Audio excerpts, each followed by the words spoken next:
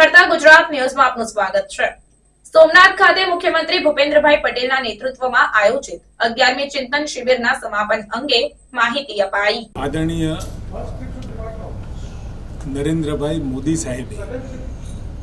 મુખ્યમંત્રીના કાર્યકાળમાં વહીવટી વ્યવસ્થાઓને અને રાજ્યની પ્રજાને અને અંતિમ પ્રજા સુધી સરકારી સેવાઓ પહોંચે, ખૂબ સારી રીતે પહોંચે અને પ્રજાને ક્યાંય નાની મોટી મુશ્કેલીઓ ના પડે એની ચિંતા અને મનન માટે ચિંતન શિબિરનું આયોજન કર્યું હતું। એ જ કડીમાં આદરણીય ભૂપેન્દ્રભાઈ પટેલ સાહેબના નેતૃત્વમાં 11મી ચિંતન શિબિરનું આયોજનનું આજે સમાપન થયું છે। અને એમાં જે મુખ્ય વિષયો મેં પહેલાં પણ આપ સૌને કહ્યા હતા, રાજ્યની અંદર રોજગારીની તકો કેવી રીતે વધુને વધુ ઉપલબ્ધ થાય। હાલાકી સમગ્ર દેશમાં રોજગારી આપવામાં ગુજરાત પ્રથમ છે, છતાં પણ આટલેથી આપણને સંતોષ નથી। રાજ્યના યુવાનોને વધુમાં વધુ રોજગારીઓ મળી રહે એની માટે વિગતવાર જૂથો પાડી, જેમાં સિનિયર અધિકારીઓ, મંત્રીશ્રીઓ, સિનિયર અધિકારીઓ એ ગ્રુપોમાં બેસી અને એનું ચિંતન મનન કર્યું। કયા કયા ફિલ્ડની અંદરથી ક્યાં ક્યાં વધુ રોજગારીની તકો આપણને ઉપલબ્ધ થાય અને એ બાબતના તમામ જૂથોની ચર્ચા પછી એના ભલામણો, રિકમેન્ડેશનને એક ભેગી કરી, એકત્રિત કરી અને આખો અહેવાલ સરકારશ્રીને આપશે અને એના અમલીકરણ માટે પણ ઝડપથી આ બાબતો કેવી રીતે અમલમાં આવે અને રોજગારી સુધી યુવાનો પહોંચે એની ચિંતા, ગ્રામ્ય સ્તરે પણ આવક કેવી રીતે વધે, લોકોની આવક, ગામડાઓમાં વસતા લોકો માટે આવકો વધારવાના સ્ત્રોત કેવી રીતે વધી શકે એની પણ જૂથ ચર્ચાઓ થઈ, એનો પણ રિપોર્ટ સબમિટ થયો। અને ખાસ કરી સરકારી યોજનાઓ જે બનતી હોય છે એ અંતિમ અને છેવાડાના અને જેને આપવા લાભ લેવા પાત્ર હોય એ તમામ લોકો સુધી ટેકનોલોજીના માધ્યમથી એ મદદો, એ લાભ એમના સુધી પહોંચે અને એક પણ લાભાર્થી બાકી ના રહે એના માટે પણ ટેકનોલોજીના ઉપયોગથી આવતા સમયમાં એક સરસ કલ્પપત્ર જેવું એક કાર્ડ દ્વારા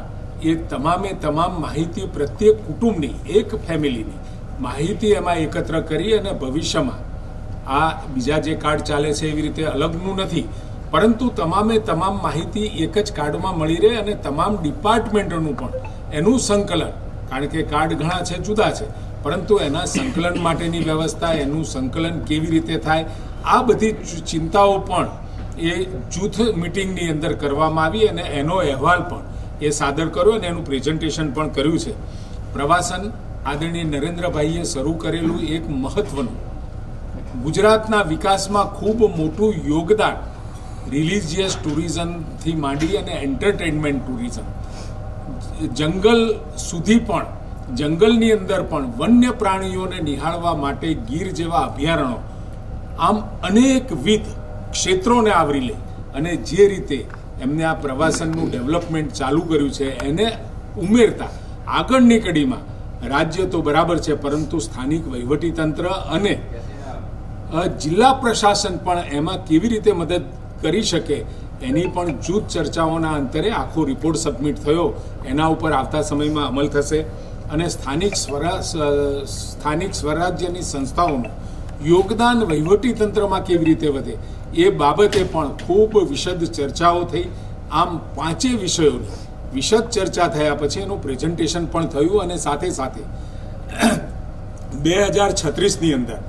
ઓલિમ્પિક માટે આપણે આશાવાદી છીએ, ભારત આશાવાદી છે, ત્યારે ગુજરાત એમાં લીડ લે અને લીડ લીધા પછી અહીંયાથી જ વધુ ને વધુ લોકો પાર્ટિસિપેટ કરે અને વધુ મેડલ ગુજરાત અને દેશને કેવી રીતે મળે એ બાબતનો પણ એક રોડ મેપ અને એ દિશામાં પણ એનું ચિંતન થયું। એ સિવાય રાજ્યની સેવાઓ માટેના સુદૃઢીકરણ માટે ડીપ ટેકનો ઉપયોગ, આર્ટિફિશિયલ ઇન્ટેલિજન્સ, ડેટા એનાલિસિસ,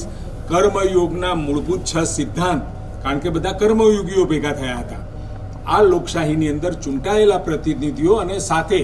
અધિકારીઓ ભેગા મળી એક સરકારનો સંદેશો, સૌ બધા એક છીએ એ સંદેશો આદરણીય ભૂપેન્દ્રભાઈએ પણ આપ્યો। સૌએ સાથે મળી અને ગુજરાતની બહેતરી માટે અને ગુજરાતના ભલા માટે અને ગુજરાતને દેશની અંદર પ્રથમ નંબરે અથવા તો સર્વ શિરમોર બનવા માટે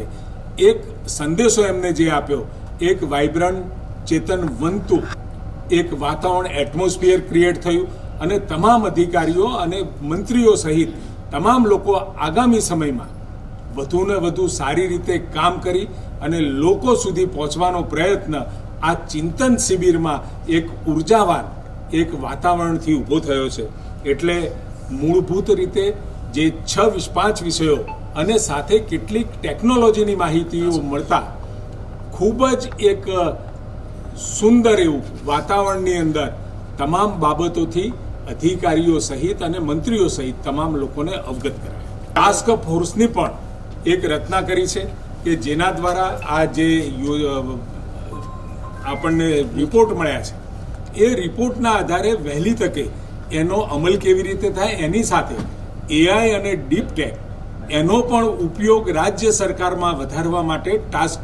ફોર્સની રચનાની આદરણીય મુખ્યમંત્રી ભૂપેન્દ્રભાઈ પટેલે જાહેરાત કરી.